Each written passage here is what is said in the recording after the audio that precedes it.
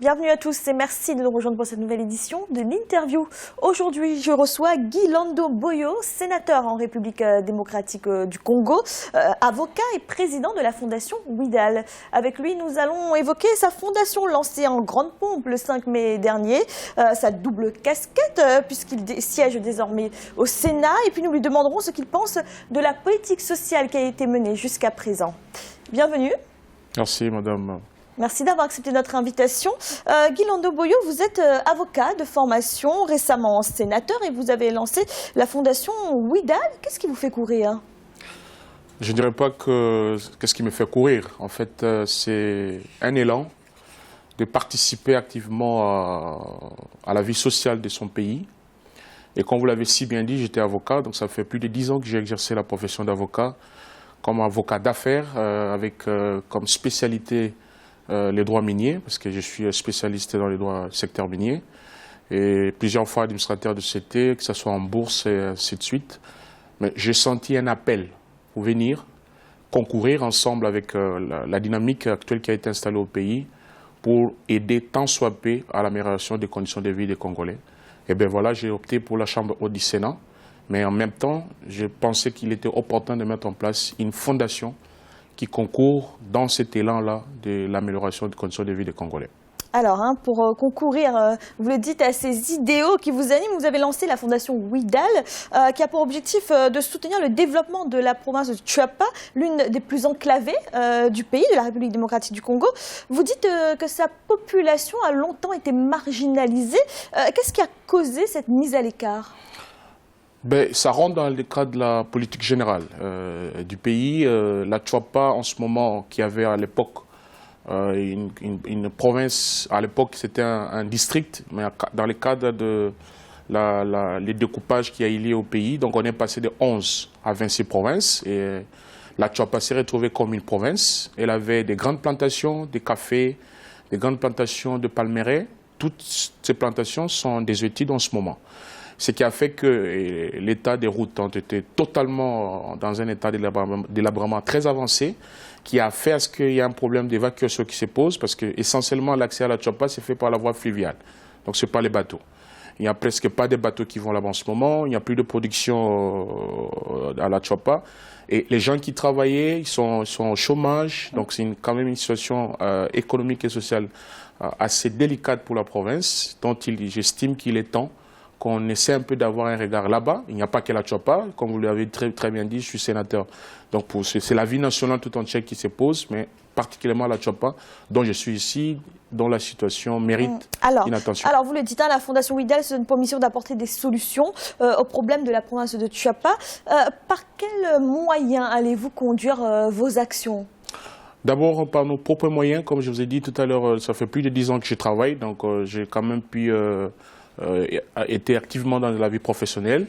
Donc il y a par nos propres moyens de la Fondation et aussi de nos partenaires, des gens qui ont accepté de nous suivre et de participer avec nous dans ce processus de désenclaver la province de la Tchouapa et d'aider tant soit peu la population de la province à se faire une santé financière comme toute autre personne. Alors dites-nous, quel type de projet concret la Fondation WIDAL va-t-elle lancer, va-t-elle permettre dans cette province de la Tchouapa? Alors on dévoile rapidement, il y a l'aspect entrepreneurial, c'est-à-dire nous allons permettre à nos membres d'avoir accès à des microfinances, parce que nous avons pu signer des contrats de partenariat avec des institutions financières qui sont installées au pays. Donc nous entrevoyons de leur offrir une surface financière pour qu'ils deviennent eux-mêmes des entrepreneurs dans le cadre des microfinances. Et de l'autre côté, aider nos membres à faire des formations, parce que vous savez, chez nous, il y a une très grande structure qui s'appelle l'Institut national de préparation professionnels qui forment des plombiers, des menuisiers,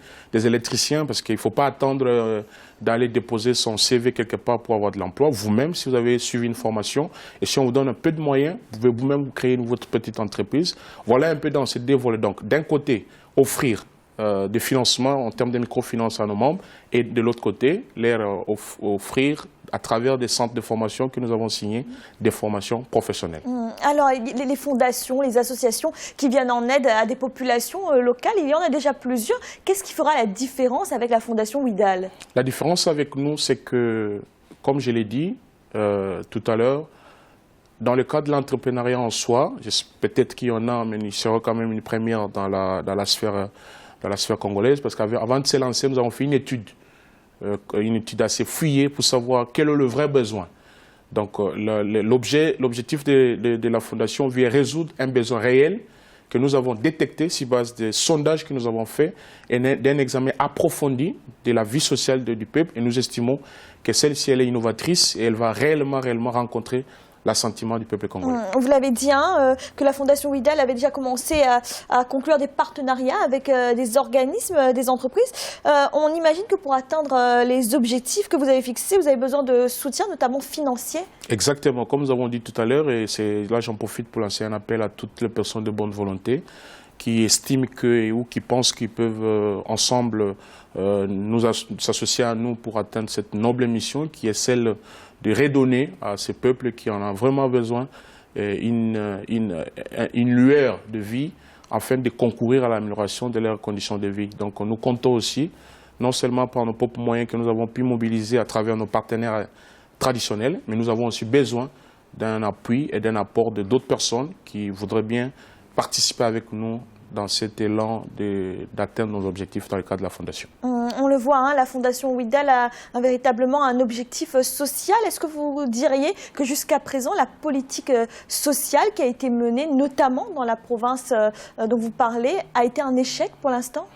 Je ne dirais pas que c'est un échec, mais je dirais qu'il y a un grand pas qui a été déjà franchi, qui mérite d'être soutenu et accompagné. Donc dans ce cadre-là, avec la grande dynamique qui s'est passé au pays à travers les élections. Vous êtes sans ignorer qu'il y a eu des élections récemment dans mon pays et qu'il y a eu un nouveau chef de l'État qui a été élu, qui est là en place, qui est tenté d'implémenter sa politique sociale.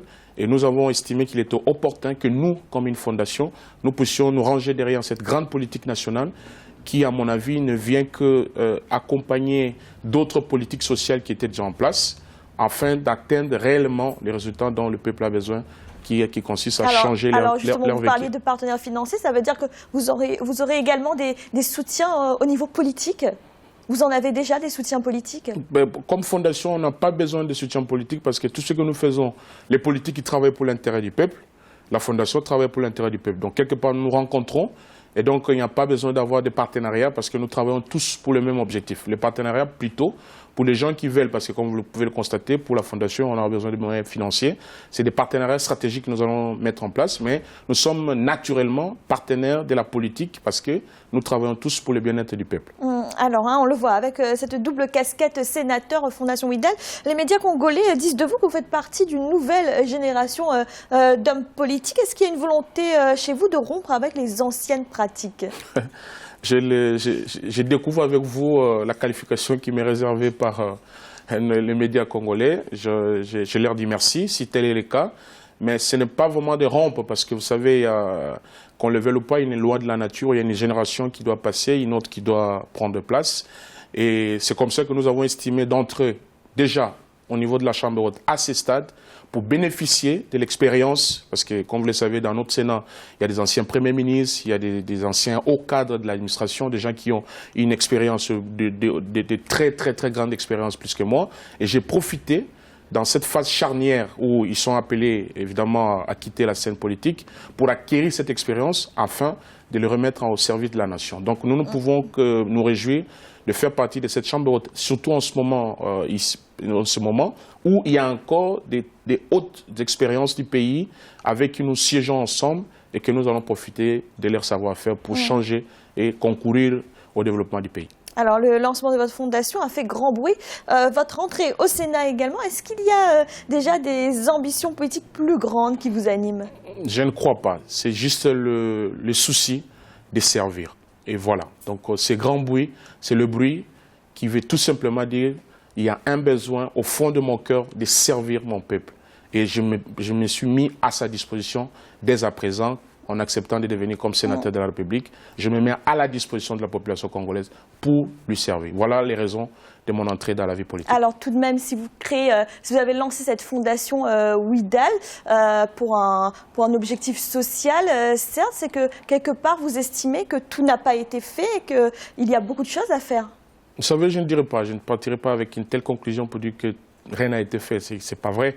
Il y a déjà quelque chose qui a été fait, beaucoup d'ailleurs, mais nous voulons juste venir rajouter dans ce qui existe pour qu'il soit plus visible et que les gens, la population ressente réellement qu'il y a un changement. Nous venons participer à cette grande machine qui a été lancée et afin que le peuple congolais qui attend les résultats concrets, et nous voulons faire partie de ces personnes-là qui vont leur donner les sourires, l'espoir et la réalisation de tout ce qui a été comme leur rêve depuis que le Congo est Congo. Nous voulons faire partie de ces artisans-là. Guy Lando Mboyo, vous êtes sénateur en République démocratique du Congo, avocat et président de la Fondation Ouidal. Merci d'avoir répondu à nos questions. C'est à moi de vous remercier Africa 24 pour ce moment que vous m'avez accordé. Merci beaucoup. Et merci à vous de nous avoir suivis. N'oubliez pas, vous pouvez retrouver cette émission et tous nos autres programmes sur www.africa24tv.com. Et à bientôt pour un nouveau rendez-vous de l'interview.